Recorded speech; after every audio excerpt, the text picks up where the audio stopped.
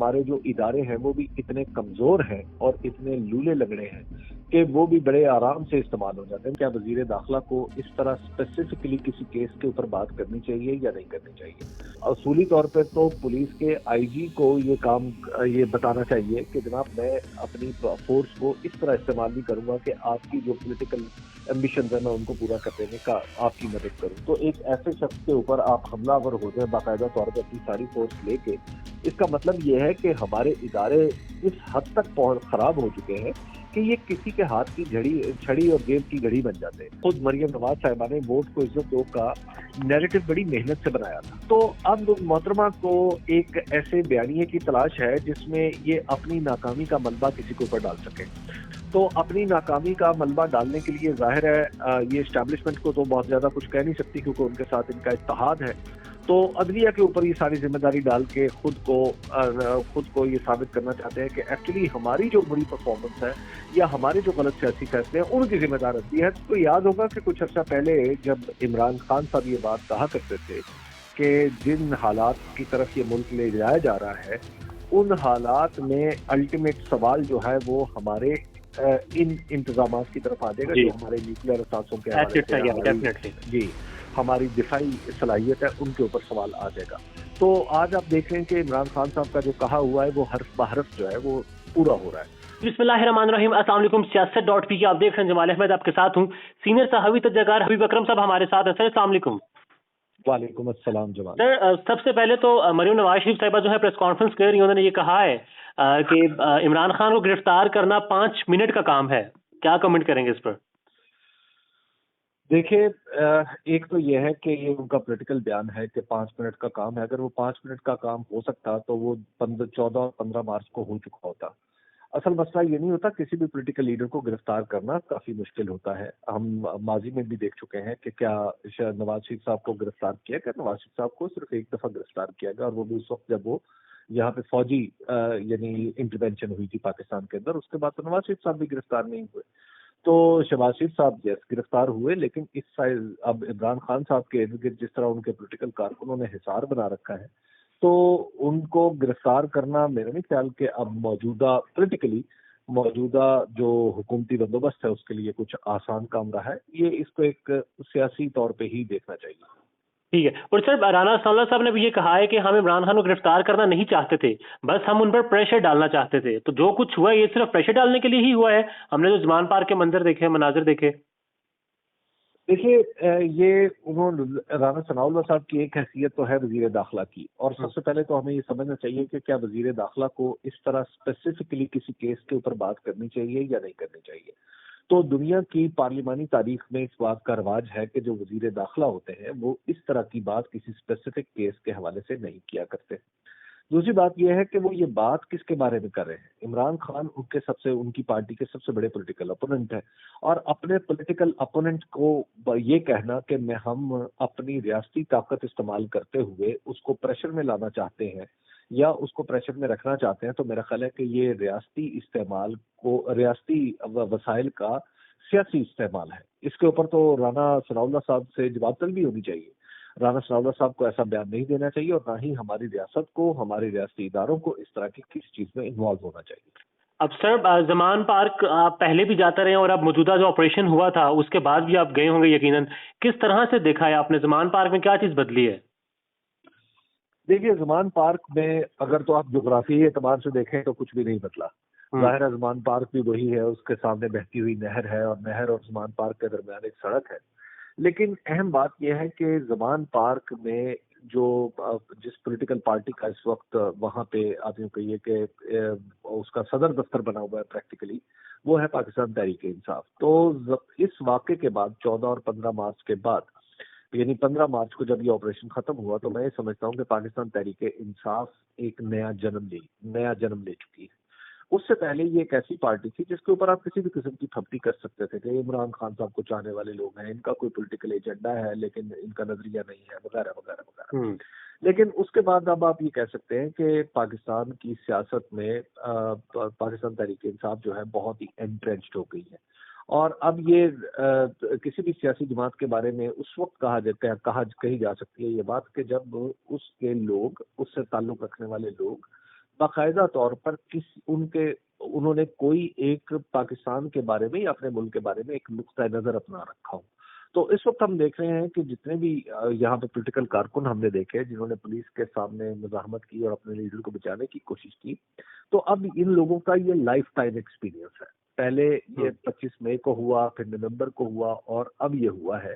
تو یہ life time experience ہو چکا ہے. اس کا مطلب ہے کہ اب یہ پارٹی آئندہ آنے والے طویل سالوں میں یہ بہت ہی اہم رہے گی, اور ہمیشہ کے لیے اب آپ یوں سمجھیے کہ یہ حکومت میں بھی آتی رہے گی, اپوزیشن میں بھی بیٹھتی رہے گی, اور یہ ہمیشہ کے لیے پاکستان کے پولیٹیکل سین کا حصہ رہے گی. تو اب تحریک انصاف کے خاتمے کے حوالے سے جو باتیں ہوتی تھی کہ یہ پارٹی صرف عمران خان کی ہے, عمران خان کے ساتھ ہے, تو اب یہ بات ممکن نہیں رہی. اب یہ واقعی ایک بڑی پولیٹیکل جماعت بن چکی ہے. آپ کی غالباً عمران خان صاحب سے ملاقات بھی ہوئی ہے کل 15 مارچ کے بعد, تو 15 مارچ سے پہلے کا عمران خان اور آج کا عمران خان کچھ فرق ہے؟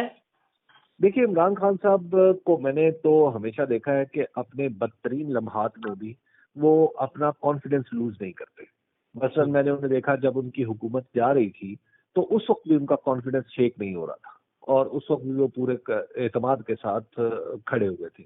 اسی طرح جب میں نے انہیں دیکھا کہ جب 25 مئی کو جو کچھ ان کے ساتھ ہوا, اس کے بعد پھر اس کے بعد پھر لاہور میں جو کچھ ہوا, ان سب کے بعد ہم نے دیکھا کہ عمران خان صاحب بالکل اب ان کا کانفیڈنس کبھی باڈی لینگویج سے کبھی ایسا نہیں لگا کہ ان کا کانفیڈنس کم ہوا. پھر گولیاں انہیں لگی, اس کے بعد جب ان سے ملاقات ہوئی تو اس وقت بھی عمران خان صاحب جو تھے وہ بالکل ہنستے مسکراتے ہوئے بات کرتے تھے, اور جہاں پہ کوئی فکرہ کستے تھے اور کبھی اس طرح کی بات کرتے تھے. تو لہٰذا ان کے عمران خان صاحب کو آپ ایک ڈفرینٹ لیڈر کے طور پہ آپ اس کو اس طرح یہ رپورٹیں کر سکتے کہ عمران خان کی ڈیمینر میں یا ان کی گفتگو کے انداز میں, ان کے اعتبار میں کوئی غیر معمولی تبدیلی دباؤ کے بعد بھی نہیں آتی. ہاں, یہ ضرور ہم نے دیکھا ہے کہ جب وہ غیر معمولی کو کامیابی حاصل ہو تو ان کا چہرہ جو ہے اس پہ خاص طرح کا تاثر آ جاتا ہے. تو کل بھی جب ہماری ان سے ملاقات ہوئی تو انہیں شاید یہ احساس تھا کہ ان کی پارٹی جو ہے وہ ایک مار بھی کھا چکی ہے, ایک امتحان سے گزر چکی ہے اور کامیاب بھی ہو چکی ہے. تو کل ان کے چہرے پہ جو غیر معمولی کانفیڈنس تھا وہ نظر آیا ہمیں. سر, رانا ثناء اللہ صاحب کی وارنٹ جاری ہیں, ناقابل ضمانت ہیں, خان صاحب کے بھی ہیں. ایک طرف پوری مشینری لگ جاتی ہے اور ایک طرف کہا یہ جاتا ہے کہ اس پر ہم بعد میں بات کر لیں گے.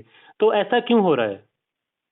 دیکھیے, پاکستانی سیاست کا یہ المیہ ہے کہ جو بھی پارٹی حکومت میں ہو وہ اپنے مخالفین کے خلاف ریاستی طاقت کو استعمال کرتے ہوئے گریز نہیں کرتی. اور دوسری بات یہ ہے کہ ہمارے جو ادارے ہیں وہ بھی اتنے کمزور ہیں اور اتنے لولے لگڑے ہیں کہ وہ بھی بڑے آرام سے استعمال ہو جاتے ہیں. مثال کے طور پہ ہماری پولیس ہے, مثال کے طور پہ ہمارے اور کئی ادارے ہیں جو اس طرح استعمال ہو جاتے ہیں.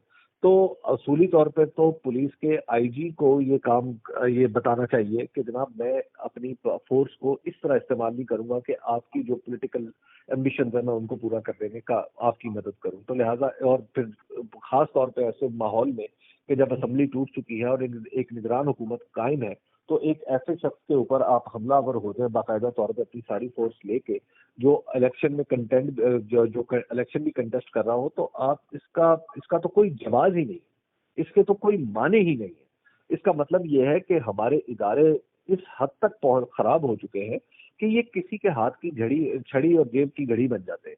تو لہٰذا ہمیں یہ پاکستان کا ایک المیہ ہے.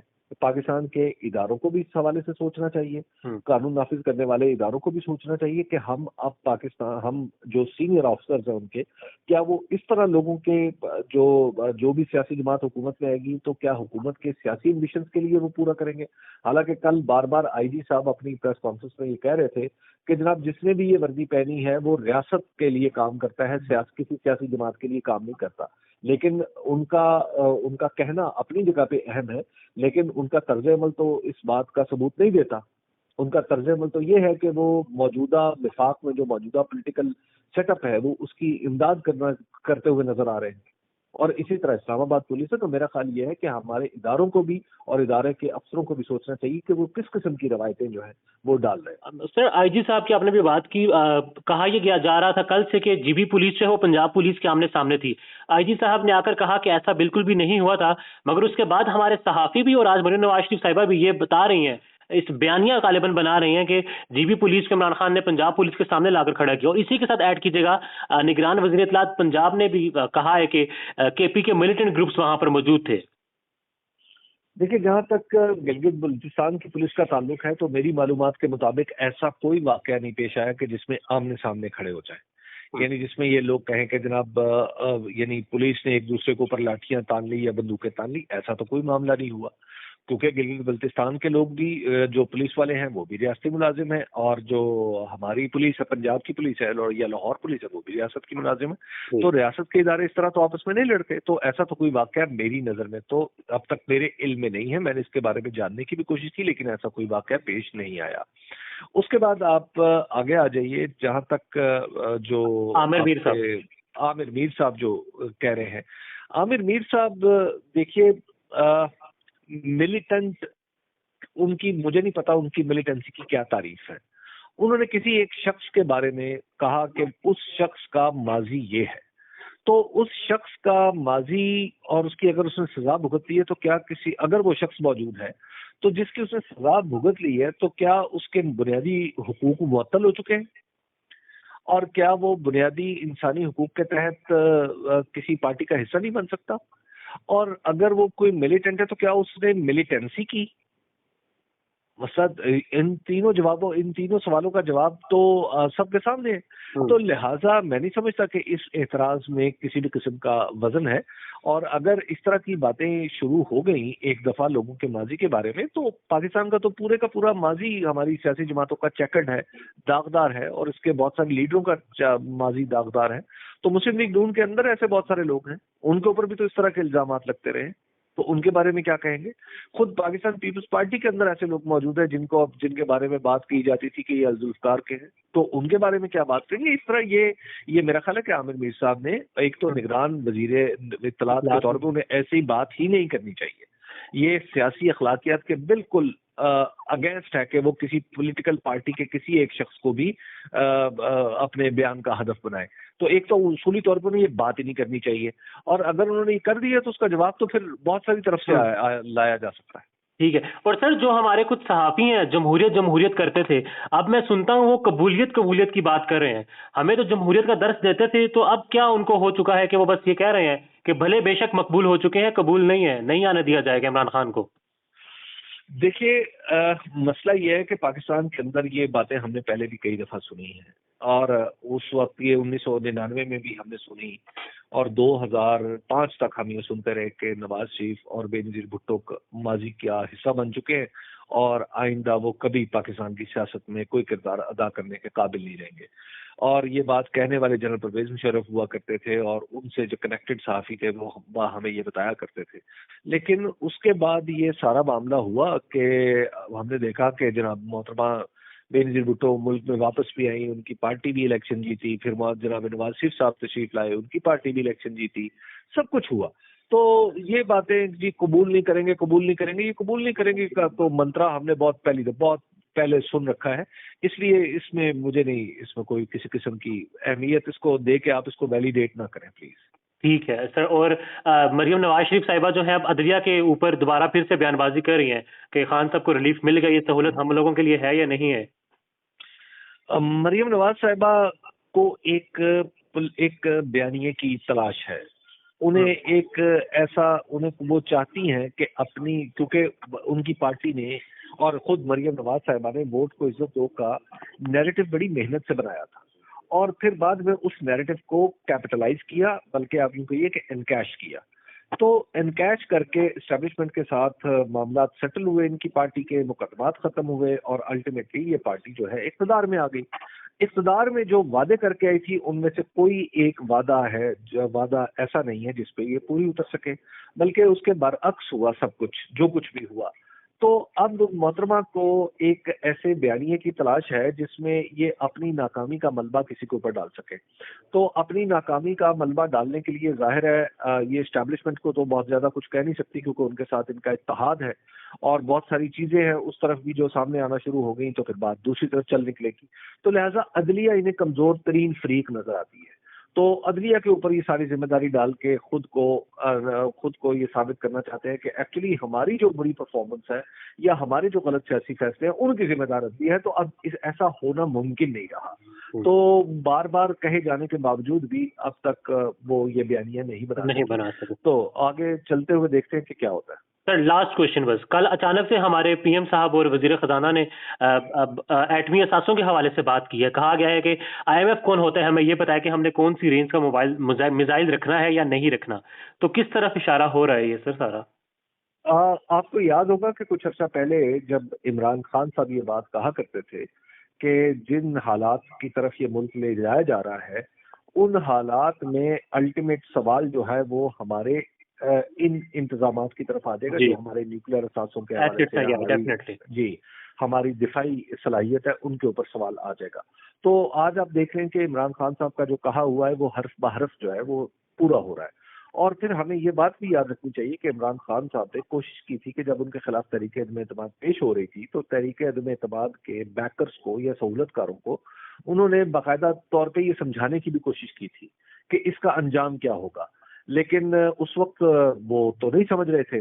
تو اب میرا خیال ہے کہ انہیں بھی سمجھ آ رہی ہوگی سب لوگوں کو اور کہ عمران خان صاحب جو کہہ رہے تھے وہ درست کہہ رہے تھے. تو میرا خیال یہ ہے کہ اس سے نکلنے کا حل جو ہے وہ بہترین راستہ اس وقت بھی پاکستان کے دستور میں موجود ہے اور وہ ہے الیکشن کی طرف جائیں، معاملات خود بخود درست ہو جائیں.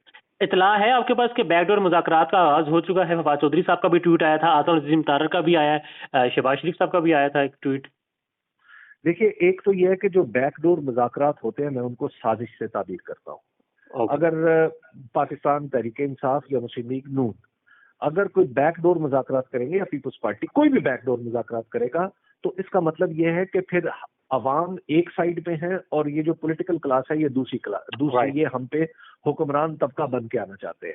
بھائی آپ نے بیک ڈور مذاکرات کی کیا ضرورت ہے؟ آپ سمپل ایک ہی مذاکرات ہونے ہیں اس ملک میں، وہ یہ ہے کہ الیکشن. اور اس کے لیے بھی مذاکرات کی ضرورت کیا؟ آپ کے دستور میں سیدھا راستہ ہے اور سیدھا راستہ ہے کہ بھائی 2 صوبوں کی اسمبلیاں ٹوٹ چکی ہیں ان کے الیکشن کروائیں. اچھا آپ نے وفاقی اسمبلی کے الیکشن نہیں کروانے نیشنل اسمبلی کے، ابھی نہ کروائیں، اکتوبر میں کروا لیں. بس اس میں بیک ڈور مذاکرات کی کیا ضرورت ہے؟ بھائی دستور کے مطابق سیدھی بات ہے. کیا انہوں نے لین دین کرنا ہے عمران خان نے اور پی ایم ایل این نے؟ اگر یہ مذاکرات کریں گے تو میرا خیال ہے کہ عمران خان صاحب اپنا نقصان بھی کریں گے. اگر بیک ڈور مذاکرات وہ عمران خان صاحب بھی اپنا نقصان کریں گے اور پی ایم ایل این جتنا نقصان کر چکی ہے وہ اس سے بھی زیادہ کرے گی. سر تھینک یو سو مچ حبیب صاحب، thank you so very much.